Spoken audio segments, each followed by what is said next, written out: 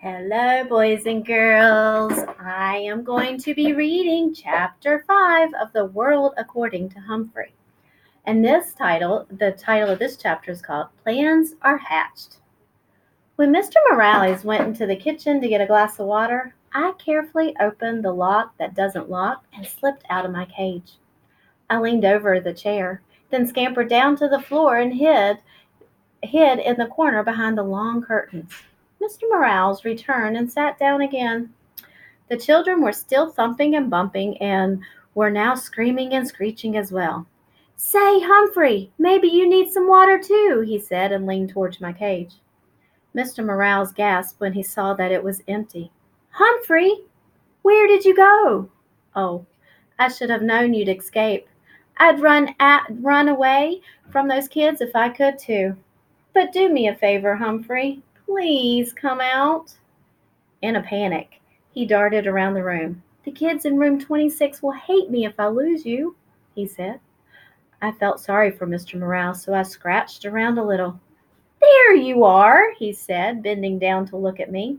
Now, let's get back into your cage. Not quite yet, I thought. He reached down to pick me up and I scampered forward, just a few inches past his hand. Don't do this to me, Humphrey, he said. Cooperate.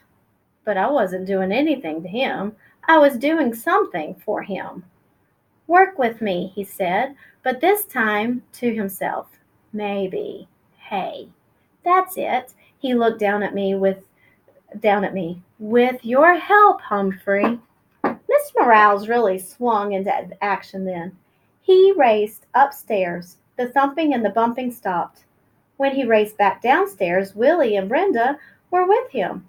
Close all the doors, Willie, he said.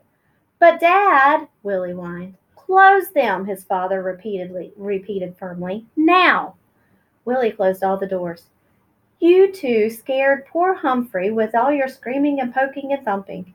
We may never see him again, he told them. Brenda busted into tears. Humphrey is dead, she sobbed. No, Humphrey's too smart for that, Mr. Morales told her. But he will run away if you two aren't nice to him. Right. You have to be pretty smart to be a principal. Now, do you want to help me get Humphrey back? Yes, the children shouted. Mr. Morales explained the plan. He said the only way they'd get me back in the cage was if they'd work together.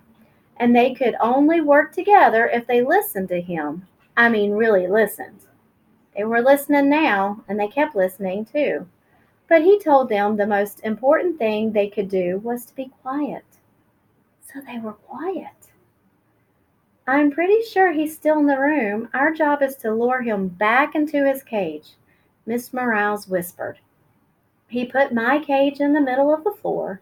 Then he went to the kitchen and got a handful of sunflower seeds. Willie and Brenda helped him make a trail of seeds across the floor leading up to the cage.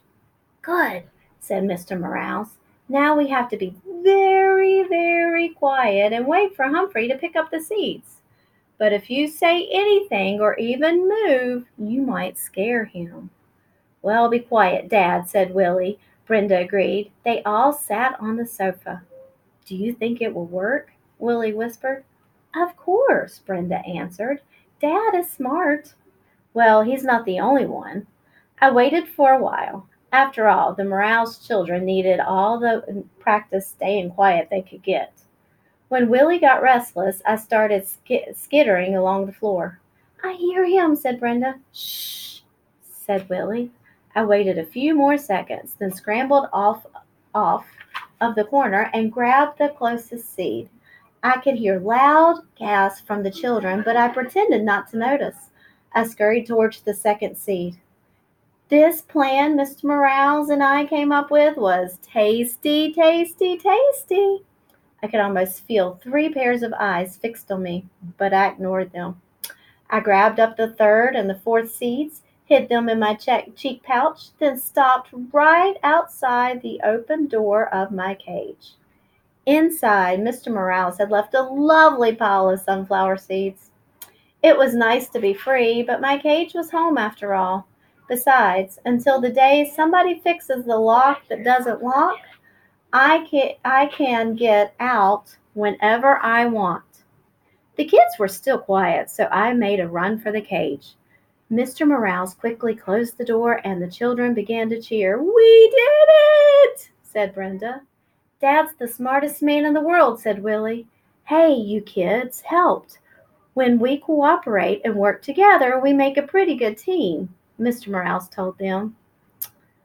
"Lo mejor," Willie agreed. "The best." Mr. Morales squatted down and winked at me. Of course, Humphrey helped too. I'll say, the rest of the weekend with the Morales family was fine. Sometimes the kids started interrupting their dad or mom, but Mr. Morales just reminded them that they could be polite if they tried. Willie and Brenda tried.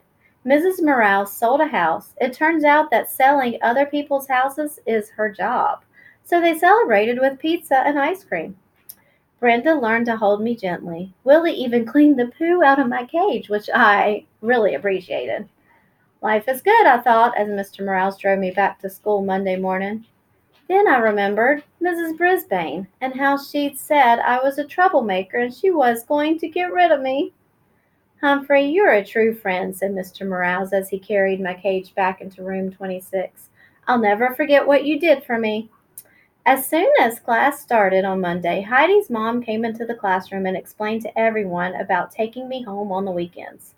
"How many of you would be interested?" Mrs. Hopper asked. Every single hand in the classroom was raised. Every hand except for one, Mrs. Brisbane. "I got a 90% on the vocabulary test. I'll bet say I got 100%." But she still didn't raise her hand, even though she promised.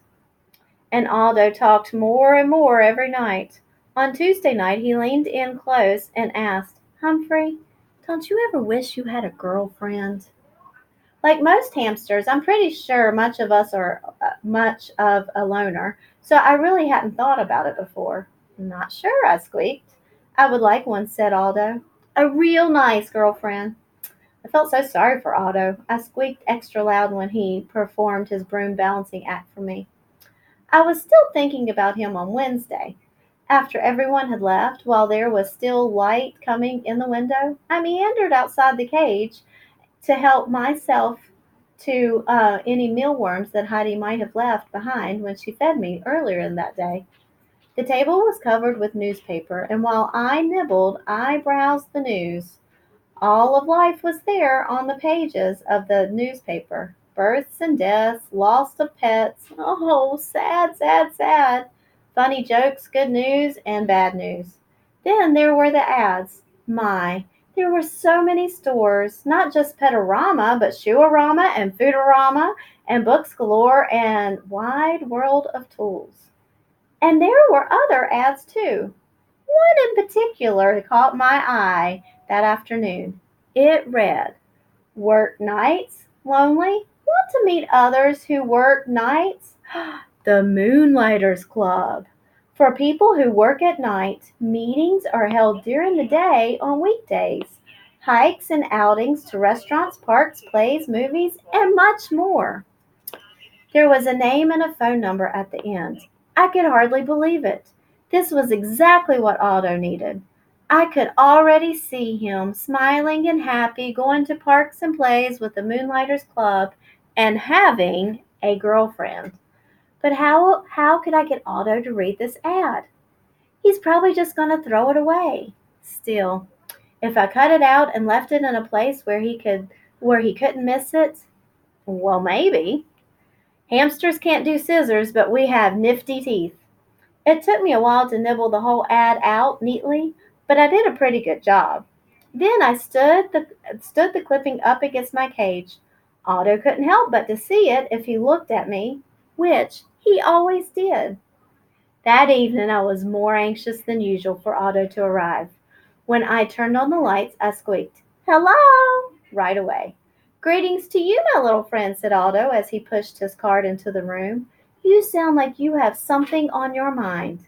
"You bet," I tried to tell him. He ambled over to my cage and leaned down to look in. "What's happening, Humphrey?" he asked. I saw his eyes light on the scrap of newspaper. Hey, I can hardly see you. He reached out and pulled the clipping aside. Read it! I squeaked right out loud. Of course he didn't understand. He didn't even look at what the ad had said. He just set it down next to the cage and leaned in closer. I was squeaking a blue streak. Look at it now. Calm down, Humphrey. I got a treat for you, said Aldo. He reached into his pocket and pulled out a tiny bit of carrot. Your pal Aldo will never forget you. My heart sank. You try to help a human and they don't even pay attention. But as you know, I don't give up easily. I squeaked happily while he balanced his broom on one finger as usual. But my mind was on the Moonlighters Club and how to get Aldo there. After he left, I scrambled out of my cage, picked up the newspaper clipping, and tucked it inside my notebook. Then I hid the notebook behind my mirror. If I didn't, somebody mean, like Mrs. Brisbane, might throw it away. I was still wondering what to do with it the next day when Mrs. Brisbane rolled in a cart with a big machine on it. This is the overhead projector, she said to the class. I'm going to use it for some map work. When Mrs. Brisbane turned the machine on, a bright light was projected onto the wall. Then she placed a paper map on the glass, and suddenly that map showed up really big on the wall. She could write on it and draw on it, and you could see everything she wrote. A machine like this could come in very handy, I thought. So when Mrs. Brisbane turned the machine off and sent my classmates off to lunch, I thought about the machine. When AJ cleaned my cage and changed my water and bedding, I thought about the machine. I thought about it so hard. I suddenly came up with a really, really, really good plan. But it would be difficult to carry out and dangerous as well. Tip number 5 for about hamsters. Did you know if a hamster manages to escape his cage, you can sometimes lure them back in with a trail of sunflower seeds? Well, boys and girls, that was chapter 5 in The World According to Humphrey. I certainly hope you are enjoying this book. I will see you tomorrow. Bye-bye.